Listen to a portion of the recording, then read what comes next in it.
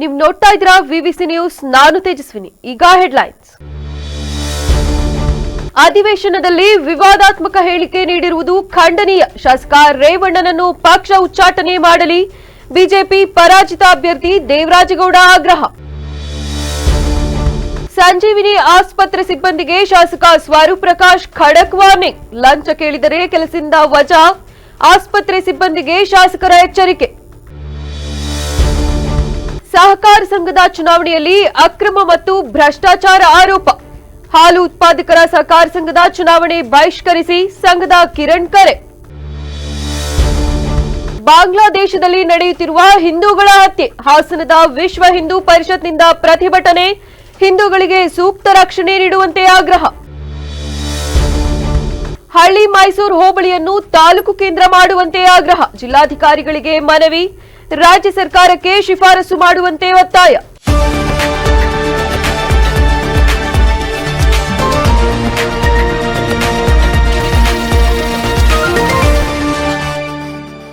ಬೆಳಗಾವಿ ಅಧಿವೇಶನದಲ್ಲಿ ಹೊಳೆನರಸೀಪುರ ವಿಧಾನಸಭಾ ಕ್ಷೇತ್ರದ ಶಾಸಕ ಎಚ್ಡಿ ರೇವಣ್ಣ ಹಾಸನ ಜಿಲ್ಲೆಯಲ್ಲಿ ಕಾಂಗ್ರೆಸ್ ಮತ್ತು ಜೆಡಿಎಸ್ ಮಾತ್ರ ಇವೆ, ಬಿಜೆಪಿಯೇ ಇಲ್ಲ ಎಂಬ ವಿವಾದಾತ್ಮಕ ಹೇಳಿಕೆ ನೀಡಿರುವುದು ಖಂಡನೀಯ.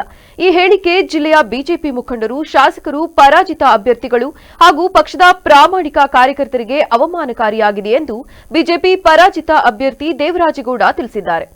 ಸುದ್ದಿಗೋಷ್ಠಿಯಲ್ಲಿಂದು ಮಾತನಾಡಿದ ಅವರು, ಜೆಡಿಎಸ್ ಪಕ್ಷದ ರಾಷ್ಟ್ರಾಧ್ಯಕ್ಷ ಎಚ್ಡಿ ದೇವೇಗೌಡರು ಹಾಗೂ ರಾಜ್ಯಾಧ್ಯಕ್ಷರಾದ ಎಚ್ಡಿ ಕುಮಾರಸ್ವಾಮಿ ಅವರು ಭಾರತೀಯ ಜನತಾ ಪಾರ್ಟಿಯೊಂದಿಗೆ ಮೈತ್ರಿ ಮಾಡಿಕೊಂಡು ಎನ್ಡಿಎ ಅಂಗಪಕ್ಷವಾಗಿ 2024ರ ಲೋಕಸಭಾ ಚುನಾವಣೆಯಲ್ಲಿ ಸ್ಪರ್ಧಿಸಿ ಕೇಂದ್ರ ಸರ್ಕಾರ ರಚನೆಗೆ ಮಹತ್ವದ ಪಾತ್ರ ವಹಿಸಿದ್ರು.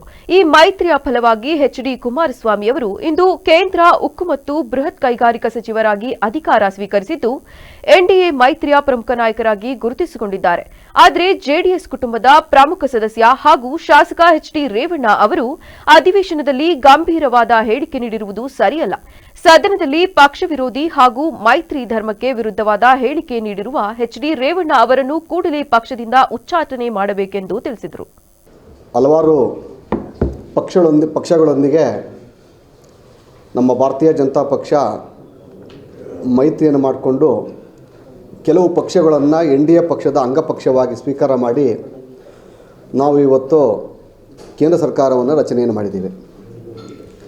ಅದೇ ರೀತಿ ಕರ್ನಾಟಕದಲ್ಲೂ ಕೂಡ ರೀಜನಲ್ ಪಾರ್ಟಿಯಾದಂಥ ಪ್ರಾದೇಶಿಕ ಪಕ್ಷವಾದಂಥ ಜೆಡಿಎಸ್ ಪಕ್ಷವನ್ನು ನಮ್ಮ ಪಕ್ಷಕ್ಕೆ ಅವರು ಬೆಂಬಲವನ್ನು ಸೂಚಿಸ್ತೀವಿ ಅಂತೇಳಿ ಮಾನ್ಯ ರಾಷ್ಟ್ರೀಯ ಅಧ್ಯಕ್ಷರಾದಂಥ ದೇವೇಗೌಡರು ಮತ್ತು ಕುಮಾರಸ್ವಾಮಿ ಅವರು ನಮ್ಮ ಕೇಂದ್ರದ ವರಿಷ್ಠರೊಂದಿಗೆ ಮಾತುಕತೆಯನ್ನು ಮಾಡಿ 2024ರ ಲೋಕಸಭಾ ಚುನಾವಣೆಯಲ್ಲಿ ನಮ್ಮೊಂದಿಗೆ ಮೈತ್ರಿಯನ್ನು ಮಾಡಿಕೊಂಡ್ರು. ಆ ಮೈತ್ರಿ ಪಕ್ಷದ ಅಂಗವಾಗಿ ಹಾಸನದಲ್ಲಿ JDS ಪಕ್ಷಕ್ಕೆ ನಾವು ಲೋಕಸಭಾ ಟಿಕೆಟನ್ನು ಬಿಟ್ಕೊಡೋಂಥ ಅನಿವಾರ್ಯತೆ ಬಂತು. ತಮಗೆಲ್ಲ ಗೊತ್ತಿರೋ ವಿಚಾರ ಅದು. ನಾನು ಅವ್ರ ಕುಟುಂಬದ ಸದಸ್ಯನಿಗೆ ಟಿಕೆಟನ್ನು ಕೊಡಬೇಡಿ ಅಂತೇಳಿ ಹಿಂದೆ ಕೇಂದ್ರದ ನಾಯಕರಿಗೆ, ವರಿಷ್ಠರುಗಳಿಗೆ ಮತ್ತು ಪ್ರಮುಖ ಜವಾಬ್ದಾರಿತ ವ್ಯಕ್ತಿಗಳಿಗೆ ನಾನು ಪತ್ರವನ್ನು ಕೂಡ ಬರೆದಿದ್ದೆ. ಆ ಪತ್ರ ಕೂಡ ರಿವೀಲ್ ಆಗಿತ್ತದು. ಕಾರಣ ಆತನ ಮೇಲೆ ಗುರುತರವಾದಂಥ ಹಲವಾರು ಆರೋಪಗಳು ಕಂಡು ಬರ್ತಾ ಇದ್ದಾವೆ. ಇಲ್ಲಿ ಅದನ್ನು ಗಂಭೀರವಾಗಿ ಪರಿಗಣಿಸಬೇಕಂತ ಹೇಳಿದಾಗ ಅದನ್ನು ಹಲ್ಲೆಗೆಳೆದರು. ನಂತರ ತಾವೆಲ್ಲ ನೋಡಿದರೆ ಇವತ್ತು ಏನಾಗಿದೆ, ಇವತ್ತು ನಮ್ಮ ಜಿಲ್ಲೆಯ ರಾಜಕೀಯ ಪರಿಸ್ಥಿತಿ ಅಂತೇಳಿ ಎಷ್ಟು ಹೀನಾಯವಾಗಿ ಸೋತು ಇವತ್ತು ಎನ್ಡಿಎ ಪಕ್ಷಕ್ಕೆ ಇವತ್ತು ಅಗೌರವ ತರುವಂಥ ಕೆಲಸಗಳು ಕೂಡ ನಮ್ಮ ಹಾಸನ ಜಿಲ್ಲೆಯಿಂದ ಆಯ್ತದು 2024 ಚುನಾವಣೆಯಲ್ಲಿ.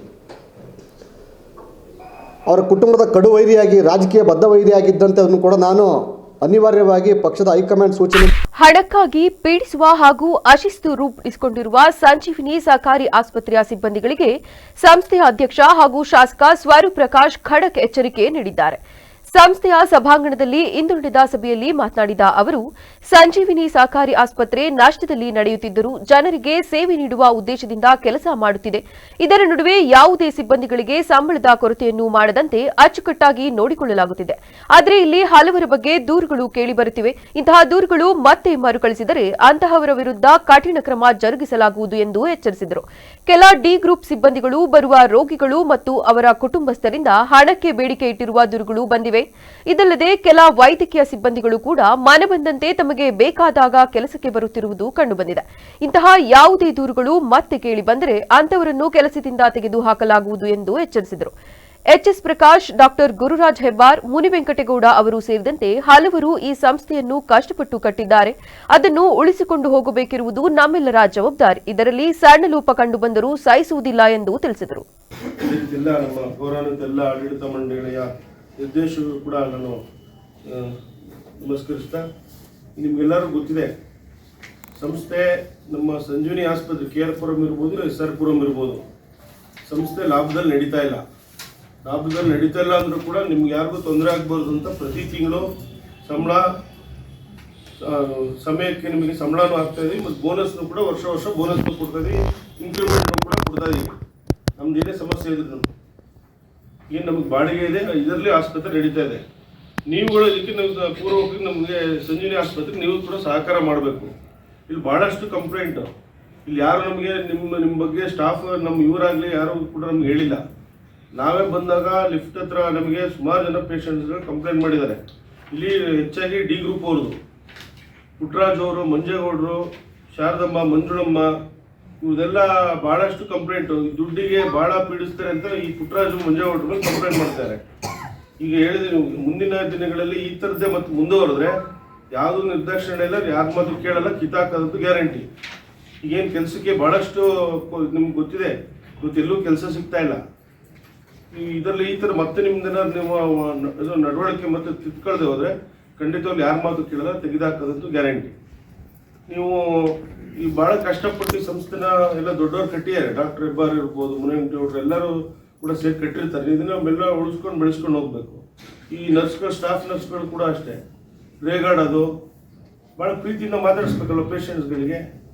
ಈಗ ನಾವು ನೋಡ್ತಾ ಇರ್ತೀವಿ, ಬರ್ಬೇಕು ಬರೀ ಫೋನಲ್ಲಿ ಇರ್ತೀರಾ, ಫೋನು ಇಸ್ಕೊಂತೀವಿ ನೀವು. ಹೊಸಹಳ್ಳಿಯ ಹಾಲು ಉತ್ಪಾದಕರ ಸಹಕಾರ ಸಂಘದ ಚುನಾವಣೆಗೆ ಸಂಬಂಧಿಸಿದಂತೆ ಚುನಾವಣಾ ಪ್ರಕ್ರಿಯೆಯಲ್ಲಿ ಗಂಭೀರ ಅಕ್ರಮಗಳು ಮತ್ತು ಭ್ರಷ್ಟಾಚಾರ ನಡೆದಿದ್ದು, ಸದ್ಯ ಸಂಘದ ಚುನಾವಣೆಯನ್ನು ಬಹಿಷ್ಕರಿಸಿದ್ದೇವೆಂದು ಸಂಘದ ಕಿರಣ್ ತಿಳಿಸಿದ್ದಾರೆ. ಸುದ್ದಿಗೋಷ್ಠಿಯಲ್ಲಿಂದು ಮಾತನಾಡಿದ ಅವರು, ಚನ್ನರಾಯಪಟ್ಟಣ ತಾಲೂಕಿನ ಶ್ರವಣಬೆಳಗೊಳ ಹೋಬಳಿಯ ಹೊಸಹಳ್ಳಿಯಲ್ಲಿ 2025ನೇ ಜನವರಿ 16ರಂದು ನಡೆದಿದ್ದ ಚುನಾವಣೆಯ ಪ್ರಕ್ರಿಯೆಯನ್ನು ಚುನಾವಣಾಧಿಕಾರಿಯಾಗಿ ವಾಸಿಂ ಶರೀಫ್ ನಡೆಸಲು ಮುಂದಾಗಿದ್ದರು. ಈ ಸಂದರ್ಭದಲ್ಲಿ ಸದಸ್ಯರು ಷೇರುದಾರರ ಪಟ್ಟಿಯ ಪುಸ್ತಕವನ್ನು ಅವರ ಬಳಿ ಕೇಳಿದಾಗ ಅದನ್ನು ಒದಗಿಸಲು ಅಧಿಕಾರಿಗಳು ವಿಫಲರಾದರು. ಇದರಿಂದಾಗಿ ಚುನಾವಣೆಯನ್ನ ಮುಂದೂಡಲಾಗಿತ್ತು. ನಂತರ ಇವರನ್ನು 6 ತಿಂಗಳ ಅವಧಿಗೆ ಸಂಘದ ಆಡಳಿತಾಧಿಕಾರಿಯಾಗಿ ನೇಮಕ ಮಾಡಲಾಗಿತ್ತು. ಆದರೆ ಈ ಅವಧಿಯಲ್ಲಿ ಅನೇಕ ಬಾರಿ AR, DR, CDO ಹಾಗೂ ಡೈರಿ ಕಾರ್ಯದರ್ಶಿಗಳಿಗೆ RTI ಮೂಲಕ ಮಾಹಿತಿ ಕೇಳಿದರೂ ಸಹ ಷೇರುದಾರರ ಪುಸ್ತಕವನ್ನು ಒದಗಿಸಲಾಗಿಲ್ಲ. ಹೀಗಾಗಿ ಜಿಲ್ಲಾಧಿಕಾರಿಯವರು ಸಹ ಮಧ್ಯಪ್ರವೇಶಿಸಿ ಚುನಾವಣೆಯನ್ನು ರದ್ದುಪಡಿಸಬೇಕೆಂದು ಆಗ್ರಹಿಸಿದರು. ಸುದ್ದಿಗೋಷ್ಠಿಯಲ್ಲಿ ಧರ್ಮರಾಜು, ನಾಗೇಗೌಡ, ಶಾಂತರಾಜು, ಸುರೇಶ್, ರವಿ ಇನ್ನಿತರರು ಹಾಜರಿದ್ದರು.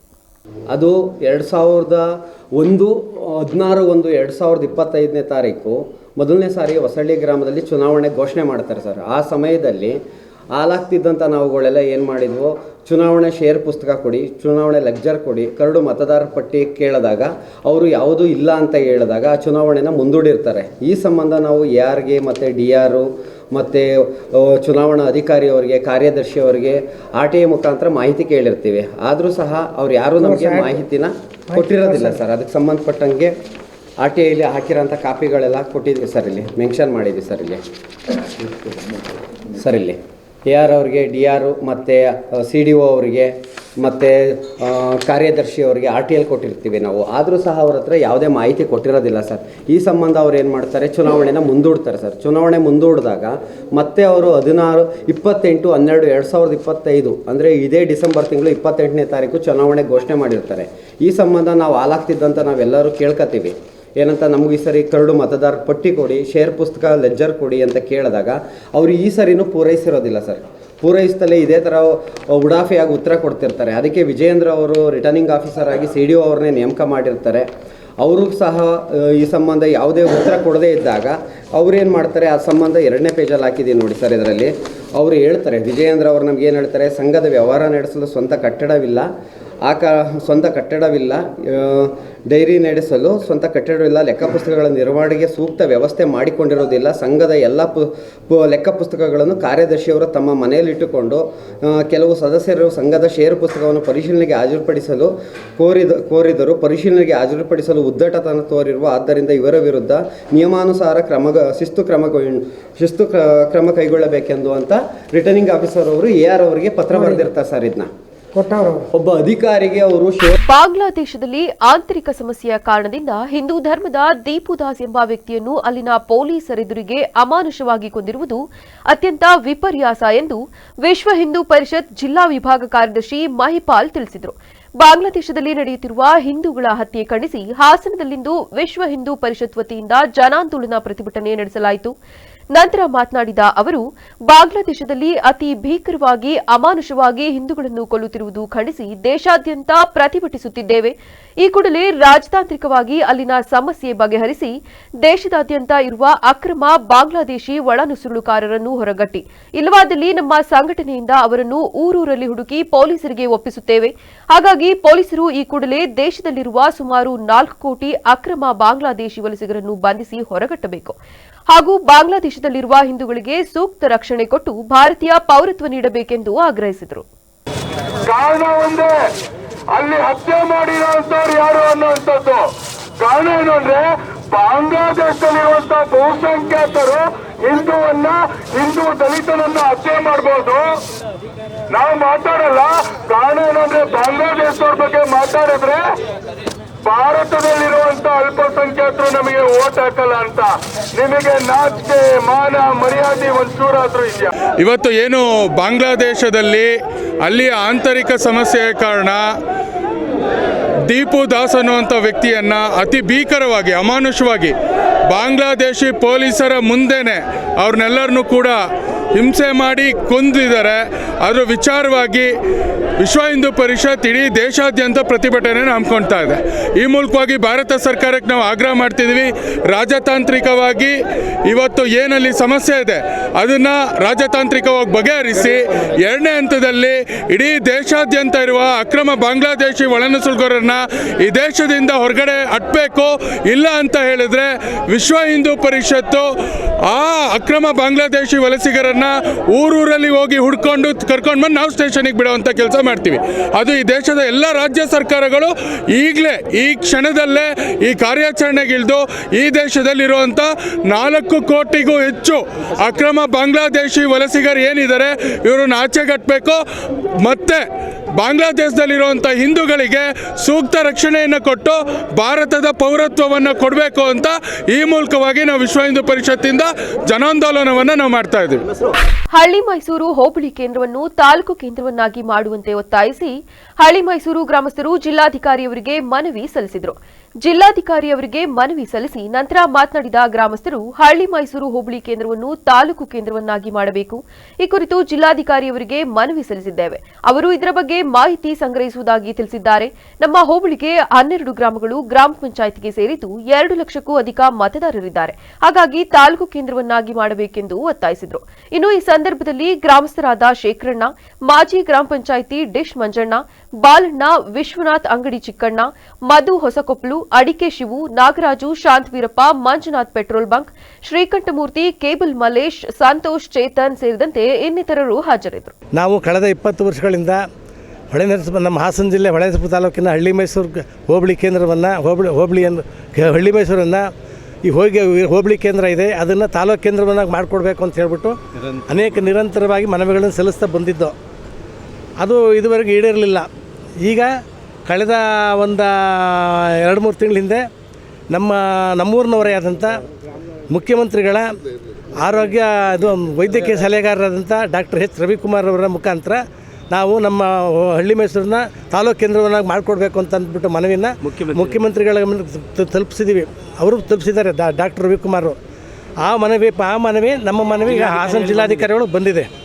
ಜಿಲ್ಲಾಧಿಕಾರಿಗಳು ಪರಿಶೀಲನೆ ಮಾಡಿ ಆ ತಾಲೂಕು ಕೇಂದ್ರವನ್ನು ಮಾಡೋದಕ್ಕೆ ಏನೇನು ವ್ಯವಸ್ಥೆಗಳಿದೆ ಅಂತ ವರದಿ ಕೊಡಿ ಅಂತ ಅಂದ್ಬಿಟ್ಟು ಪತ್ರಿಕೆ ಕಳಿಸಿದ್ದಾರೆ ಅವರು. ನಾವು ಅದನ್ನು ಆ ವರದಿಯನ್ನು ಇಟ್ಕೊಂಡು ನಾವು ಸಹ ಇವತ್ತು ಮತ್ತೊಂದು ಪುನರ್ಮನವಿನ ಸಲ್ಲಿಸಿ ನಮ್ಮ ಹಳ್ಳಿ ಮೈಸೂರು ಹೋಬಳಿಯನ್ನು ತಾಲೂಕು ಕೇಂದ್ರವನ್ನಾಗಿ ಮಾಡಿಕೊಡ್ಬೇಕು ಅಂತ ಒತ್ತಾಯ ಮಾಡೋದಕ್ಕೆ ಬಂದಿದ್ದೀವಿ. ನಮ್ಮ ಹಳ್ಳಿ ಮೈಸೂರು ಹೋಬಳಿನ ತಾಲೂಕು ಕೇಂದ್ರವಾಗಿ ಮಾಡಿಕೊಡ್ಬೇಕು ಅಂತ ಅಂದ್ಬಿಟ್ಟು ಸುಮಾರು 20 ವರ್ಷದಿಂದ ನಿರಂತರವಾಗಿ ನಾವು ಮನವಿ ಕೊಟ್ಕೊಂಡು ಬೇಡಿಕೆಗಳನ್ನು ಕಳ್ಕೊಂಡು ಬರ್ತಿದ್ವಿ. ಇವತ್ತು ಒಂದು ನಿಟ್ಟಿನಲ್ಲಿ ಯೋಚನೆ ಮಾಡಬೇಕಾದ್ರೆ ಇವಾಗ ಹತ್ತಿರದಲ್ಲಿದೆ ಒಂದು ತಾಲೂಕು ಕೇಂದ್ರ ಆಗುವಂಥ ಒಂದು ಆಶಾಭಾವನೆ ಇದೆ. ಕಳೆದ ಕೆಲವೊಂದು 3-4 ತಿಂಗಳ ಹಿಂದೆ ನಮ್ಮ ಗ್ರಾಮದ ಹಳ್ಳಿ ಮೈಸೂರಿನ ಹಾಸನ ಜಿಲ್ಲಾಧಿಕಾರಿಗಳಿಗೆ ಒಂದು ಮನವಿನ ಕಳಿಸ್ಕೊಟ್ಟಿದ್ದಾರೆ. ಪೂರಕವೋ ಅಂತ ಅಂದ್ಬಿಟ್ಟು ಇದು ಮಾಡಿ ಅಂತ ಅಂದ್ಬಿಟ್ಟು ಕಳಿಸಿದ್ದಾರೆ. ಕೇಂದ್ರ ಮಾಡೋದಕ್ಕೆ ಅನುಕೂಲತೆ ಇದೆಯಾ ಅಂತ ಅನ್ನೋದ್ರ ಬಗ್ಗೆ ಇವರು ಒಂದು ವರದಿ ಕೊಡಬೇಕು.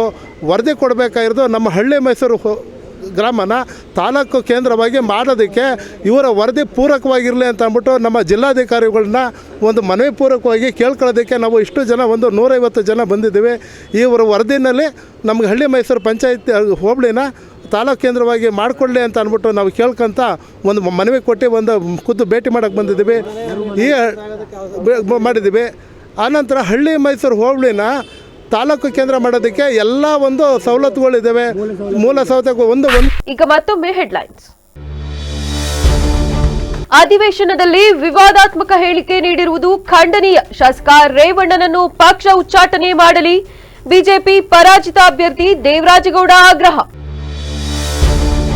ಸಂಜೀವಿನಿ ಆಸ್ಪತ್ರೆ ಸಿಬ್ಬಂದಿಗೆ ಶಾಸಕ ಸ್ವರೂಪ್ ಪ್ರಕಾಶ್ ಖಡಕ್ ವಾರ್ನಿಂಗ್. ಲಂಚ ಕೇಳಿದರೆ ಕೆಲಸದಿಂದ ವಜಾ. ಆಸ್ಪತ್ರೆ ಸಿಬ್ಬಂದಿಗೆ ಶಾಸಕರ ಎಚ್ಚರಿಕೆ. ಸಹಕಾರ ಸಂಘದ ಚುನಾವಣೆಯಲ್ಲಿ ಅಕ್ರಮ ಮತ್ತು ಭ್ರಷ್ಟಾಚಾರ ಆರೋಪ. ಹಾಲು ಉತ್ಪಾದಕರ ಸಹಕಾರ ಸಂಘದ ಚುನಾವಣೆ ಬಹಿಷ್ಕರಿಸಿ ಸಂಘದ ಕಿರಣ್ ಕರೆ. ಬಾಂಗ್ಲಾದೇಶದಲ್ಲಿ ನಡೆಯುತ್ತಿರುವ ಹಿಂದೂಗಳ ಹತ್ಯೆ. ಹಾಸನದ ವಿಶ್ವ ಹಿಂದೂ ಪರಿಷತ್ನಿಂದ ಪ್ರತಿಭಟನೆ. ಹಿಂದೂಗಳಿಗೆ ಸೂಕ್ತ ರಕ್ಷಣೆ ನೀಡುವಂತೆ ಆಗ್ರಹ. ಹಳ್ಳಿ ಮೈಸೂರು ಹೋಬಳಿಯನ್ನು ತಾಲೂಕು ಕೇಂದ್ರ ಮಾಡುವಂತೆ ಆಗ್ರಹ. ಜಿಲ್ಲಾಧಿಕಾರಿಗಳಿಗೆ ಮನವಿ. ರಾಜ್ಯ ಸರ್ಕಾರಕ್ಕೆ ಶಿಫಾರಸು ಮಾಡುವಂತೆ ಒತ್ತಾಯ. ಕ್ಷಣ ಕ್ಷಣದ ಸುದ್ದಿಗಾಗಿ ನೋಡ್ತಾ ಇರಿ ವಿವಿಸಿ ಟಿವಿ. ಸತ್ಯದ ಕಡೆ ನಮ್ಮ ನಡೆ.